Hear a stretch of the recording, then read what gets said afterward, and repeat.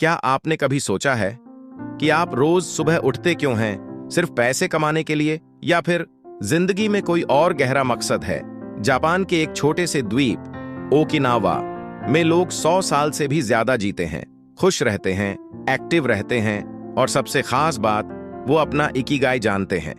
आज हम जानेंगे Ikigai, the Japanese secret to a long and happy life किताब से कुछ ऐसे रहस्य जो आपकी जिंदगी को भी बदल सकते हैं। क्या आपने कभी सोचा है कि आप रोज सुबह उठते क्यों हैं? सिर्फ पैसे कमाने के लिए, या फिर जिंदगी में कोई और गहरा मकसद है? कभी कभी जिंदगी में हम रुक जाते हैं और खुद से एक सवाल पूछते हैं, मैं ये सब क्यों कर रहा हूं? सुबह की नींद तोड़कर, भीड़ में घुसकर, रोज वही काम। क्या सिर्फ पैसे कमाने के लिए, या फिर जिंदगी में कोई गहरा मतलब है, कोई मकसद है? जवाब है इकिगाई। इकिगाई एक जापानी शब्द जिसका मतलब है जीने की वजह। इकिगाई वो वजह है जो आपको हर सुबह उठने के लिए प्रेरित करती है, जो आपको थकान में भी मुस्कुराने की ताकत देती है और जो आपकी जिंदगी को सिर्फ लंबी नहीं बल्कि गहराई से भरी बनाती है। इकिगाई 4 चीजों के संगम से बनता है। वो काम जो आपको दिल से पसंद हो, कुछ ऐसा जो करते वक्त आपको मजा आता है, खुशी मिलती है। वो काम जिसमें आप अच्छे हैं, आपकी कला, आपकी काबिलियत जो औरों से आपको अलग बनाती है। वो काम जिसकी दुनिया को जरूरत है, यानी ऐसा काम जिससे समाज, लोग या पूरी दुनिया को फायदा हो। और वो काम जिससे आप आय कमा सकते हैं ताकि आप आत्मनिर्भर बने और आर्थिक रूप से संतुलित रहें। जब ये चारों बातें एक ही जगह मिलती हैं, तब जन्म लेता है आपका इकिगाई। सोचिए, अगर आपका काम वो हो जो आपको पसंद है, जिसमें आप माहिर हैं, जिससे इस दुनिया का भला होता है और जिससे आप अपनी जरूरतें भी पूरी कर सकते हैं, तो जिंदगी कैसी होगी? थकान नहीं, शिकायत नहीं, बल्कि हर दिन एक उत्सव की तरह लगेगा।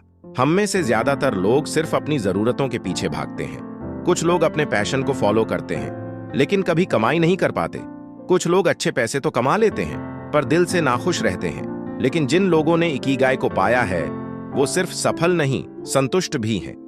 हो सकता है आज आप उस मुकाम पर ना हो सकता है कि आप अभी उलझे हुए हों, परेशान हों, लेकिन यकीन मानिए, आपका इकिगाई कहीं खोया नहीं है। वो वहीं है, आपके भीतर। बस एक बार खुद से गहराई से बात करने की देर है। इकिगाई कोई किताब नहीं, ये एक आईना है जो आपको आपका असली चेहरा दिखाता है। इस सफर की शुरुआत यहीं से होती है। खुद से पूछिए, मुझे क्या पसंद है? मैं किसमें अच्छा हूं? मैं इस दुनिया को क्या दे सकता हूं?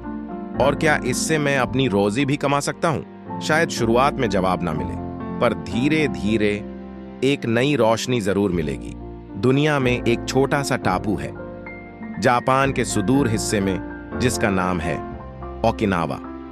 ये कोई हाईटेक शहर नहीं, ना ही यहां दुनिया की सबसे बड़ी इमारतें हैं, लेकिन एक चीज यहां जरूर सबसे बड़ी है, यहां के लोगों की उम्रस और उनकी खुशियों की गहराई। यहां ऐसे लोग रहते हैं जो 90 साल, 95 साल और यहां तक कि 100 साल बाद से ऊपर की उम्र जीते हैं। लेकिन सिर्फ लंबा जीना ही उनकी खासियत नहीं है।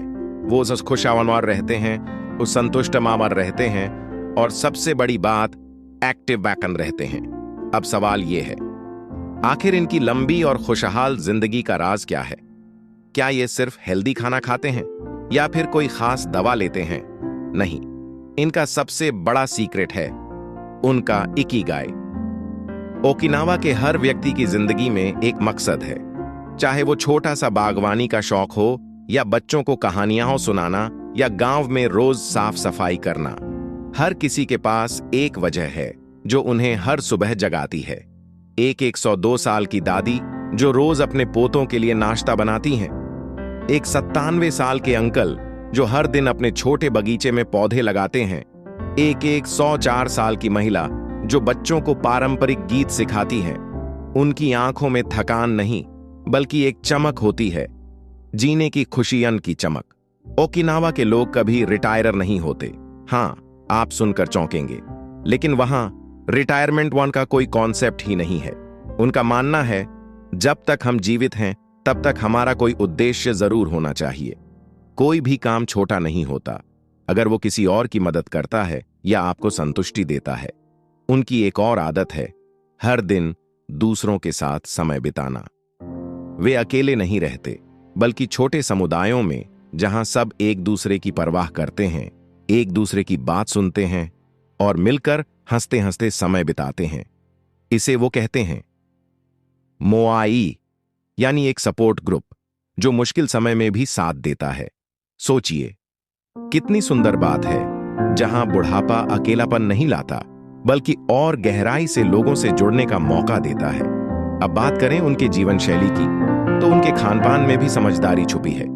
वो हमेशा कहते हैं हारा हाचीबू, यानी पेट सिर्फ 80% तक भरो, न ज्यादा न कम, बस उतना जितना जरूरी हो।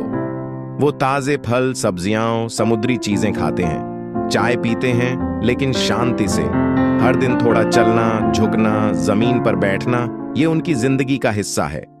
अब आप सोचिए, क्या हम ऐसी जिंदगी जीते हैं?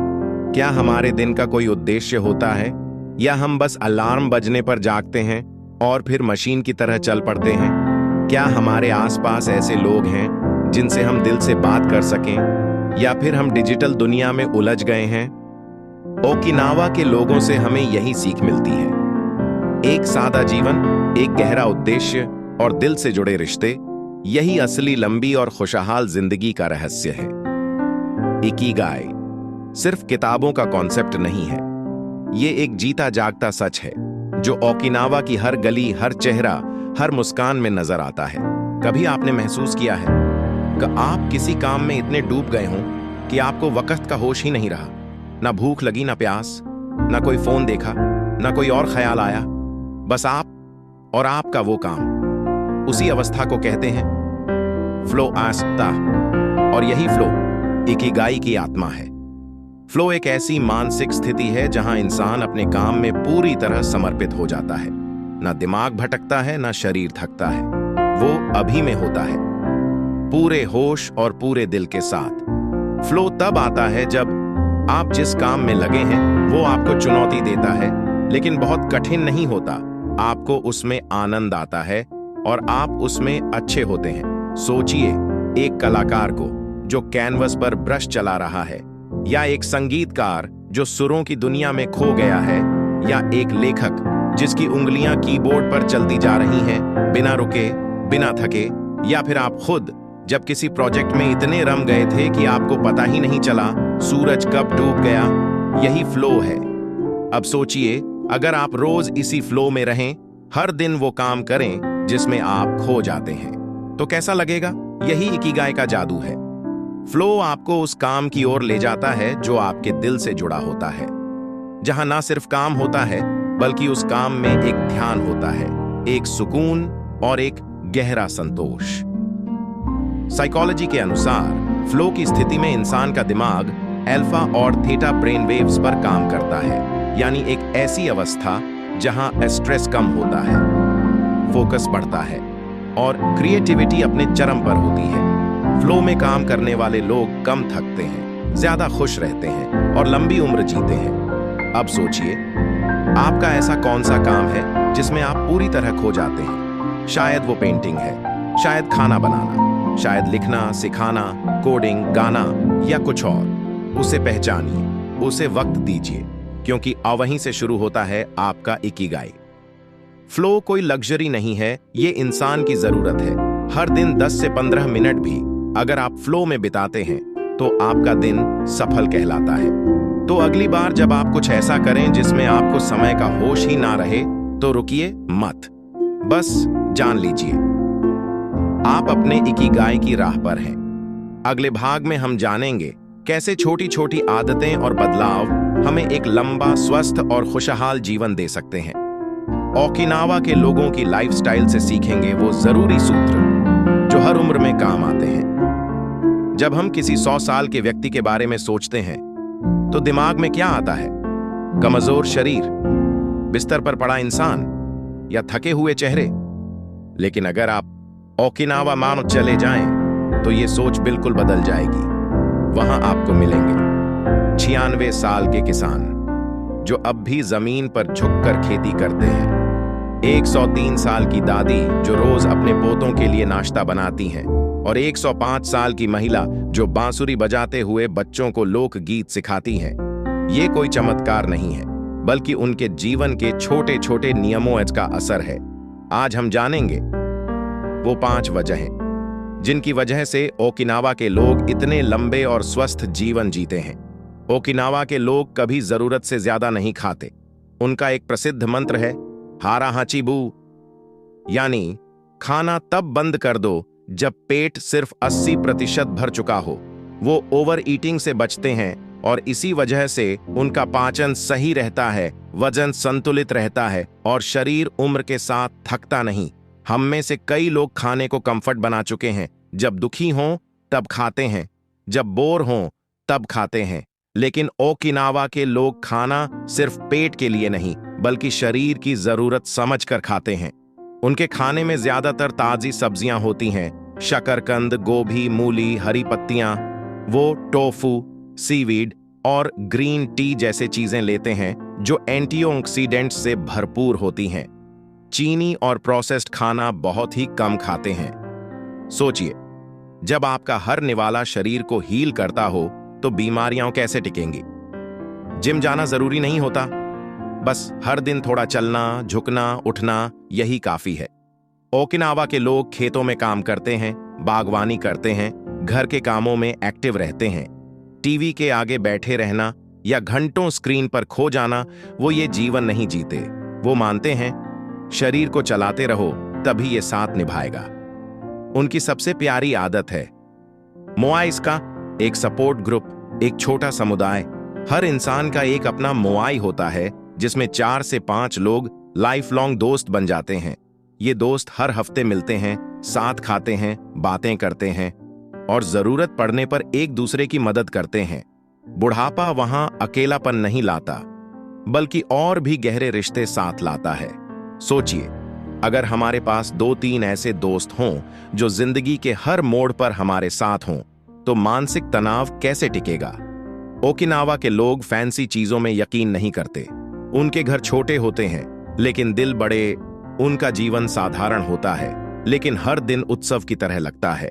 वो भौतिक चीजों के पीछे नहीं भागते, बल्कि हर दिन के अनुभव, हर रिश्ता, हर मौसम को पूरी तरह जीते हैं। और शायद यही असली अमीरी होती है। तो अगर आप सोचते हैं लंबा और खुशहाल जीवन पाना कोई जादू है, तो नहीं, यह सिर्फ छोटे छोटे फैसलों और हर दिन की सजगता का असर है। खाना थोड़ा कम खाओ, हर दिन थोड़ा चलो, रिश्तों को संभालो और जीवन को सादा रखो। बस यही ओकिनावा का मंत्र है। और ये मंत्र आपके शहर में, आपके घर में, आपकी जिंदगी में भी काम कर सकता है। हम में से ज्यादातर लोग 20 के दशक में पढ़ते हैं, 30 के दशक से 40 के दशक में कमाते हैं और फिर 60 के बाद सोचते हैं अब आराम करना है। फिर एक दिन रिटायर हो जाते हैं और धीरे धीरे वो स्पार्क, वो एक्साइटमेंट जिंदगी से गायब होने लगता है। लेकिन ओकिनावा में ऐसा नहीं होता। वहां 90 साल के बुजुर्ग आज भी हर सुबह उठते हैं, तैयार होते हैं किसी काम, किसी उद्देश्य के लिए। वो कभी रिटायर नहीं होते। क्यों? क्योंकि उनका मानना है जब तक सांस चल रही है तब तक उद्देश्य जरूरी है। ओकिनावा के एक 101 साल के मछुआरे से जब पूछा गया, आप अभी भी समुद्र में मछली पकड़ने क्यों जाते हैं, तो उन्होंने मुस्कुराकर कहा, क्योंकि मैं अभी भी कुछ दे सकता हूं और जब तक दे सकता हूं मैं जिंदा हूं। ये एक लाइन नहीं, बल्कि पूरी सोच को बयां करती है। उनका इकिगाई यानी जीने की वजह उन्हें हर सुबह उठने का कारण देती है। उन्हें एहसास कराती है कि वो अब भी जरूरी हैं, अब भी काबिल हैं। साइंस भी मानता है जब इंसान का उद्देश्य खत्म हो जाता है तो शरीर और मन दोनों धीरे धीरे कमजोर होने लगते हैं। रिटायरमेंट के बाद डिप्रेशन, लोनलीनेस और कॉग्निटिव डिक्लाइन ज्यादा तेजी से बढ़ते हैं। लेकिन जिन लोगों के पास लाइफ लॉन्ग पर्पस होता है, उनमें ये खतरे बेहद कम हो जाते हैं, क्योंकि उद्देश्य इंसान को भीतर से जीवित रखता है। एक 96 साल की जापानी महिला हर हफ्ते अपने गांव के बच्चों को पारंपरिक कहानियां सुनाती हैं। वो कहती हैं, अगर मैं नहीं सुनाऊंगी तो हमारी संस्कृति खो जाएगी। वो कोई बड़ी टीचर नहीं है, ना ही किसी मंच पर भाषण देती हैं, लेकिन उनका काम उनके गांव की आत्मा को जीवित रखता है, और यही है उनका इकिगाई। अब एक पल के लिए रुकिए और खुद से पूछिए, अगर कल से आपको कुछ भी करने की जरूरत न हो तो आप क्या करेंगे? क्या आप सिखाएंगे? क्या आप कुछ बनाएंगे? क्या आप किसी को सुनेंगे, किसी की मदद करेंगे? आपका वही जवाब आपका इकिगाई हो सकता है, क्योंकि उद्देश्य सिर्फ पैसा कमाने या नाम पाने से नहीं जुड़ा होता, वो जुड़ा होता है इस एहसास से कि आपकी जरूरत है, और ये जरूरत चाहे किसी एक इंसान की हो या पूरी दुनिया की, आपके जीवन को अर्थ देती है। ओकिनावा के लोग हमें सिखाते हैं कि रिटायरमेंट का मतलब आराम नहीं, बल्कि पैशन का नया चैप्टर्स होता है। उन्हें कोई काम करने के लिए मजबूर नहीं करता, वो खुद अपने काम में खुश रहते हैं। जब हम रिटायरमेंट शब्द सुनते हैं तो दिमाग में क्या आता है? एक कुर्सी, एक झूला और दिन भर आराम। लेकिन जापान के ओकिनावा द्वीप के लोग ऐसा नहीं सोचते। उनका कहना है, रिटायरमेंट का मतलब आराम नहीं होता, बल्कि वो समय होता है जब आपका असली इकिगाई सामने आता है।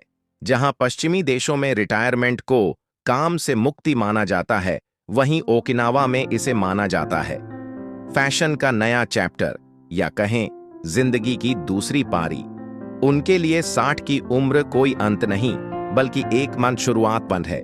जब इंसान काम से मुक्त होता है तब उसके पास दो रास्ते होते हैं। एक, या तो वो आराम के नाम पर धीरे धीरे अंदर से थकने लगे, दो, या फिर वो अपने असली शौक, जुनून और मकसद की ओर मुड़े। ओकिनावा के बुजुर्ग 80-90 साल की उम्र में भी गार्डनिंग करते हैं, बच्चों को लोक कथाएं सुनाते हैं, हाथ से हस्तशिल्प बनाते हैं, और कुछ लोग तो नई चीजें सीखते हैं जैसे पेंटिंग या संगीत। क्यों?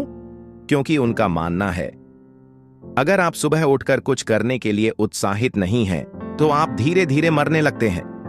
रिटायरमेंट में अगर कोई इंसान निष्क्रिय हो जाए तो उसका शरीर भी निष्क्रिय होने लगता है, लेकिन जो लोग सक्रिय रहते हैं उनके शरीर और मन दोनों जवान बने रहते हैं। इकिगाई ये सिखाता है कि उम्र सिर्फ नंबर है, असल उम्र आपकी ऊर्जा से मापी जाती है, और वही ऊर्जा आती है जब आप किसी मकसद से जुड़े हों। अगर आप 60 पार कर चुके हैं या किसी भी उम्र में अब क्या सोचते हैं, तो बस 3 सवाल खुद से पूछिए। 1, बचपन में मुझे क्या करना अच्छा लगता था?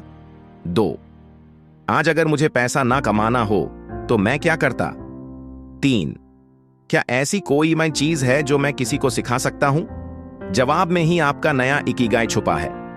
ओकिनावा के लोग सिखाते हैं कि रिटायरमेंट कोई विराम नहीं, बल्कि एक विरासत शुरू करने का समय है।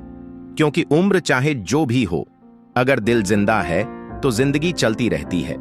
हम सब इस दुनिया में किसी ना किसी वजह से आए हैं, लेकिन अक्सर क्या होता है, हम रोज काम करते हैं, भागते हैं, कमाते हैं, पर एक दिन अचानक खुद से पूछते हैं, मैं ये सब क्यों कर रहा हूं? और जवाब नहीं मिलता।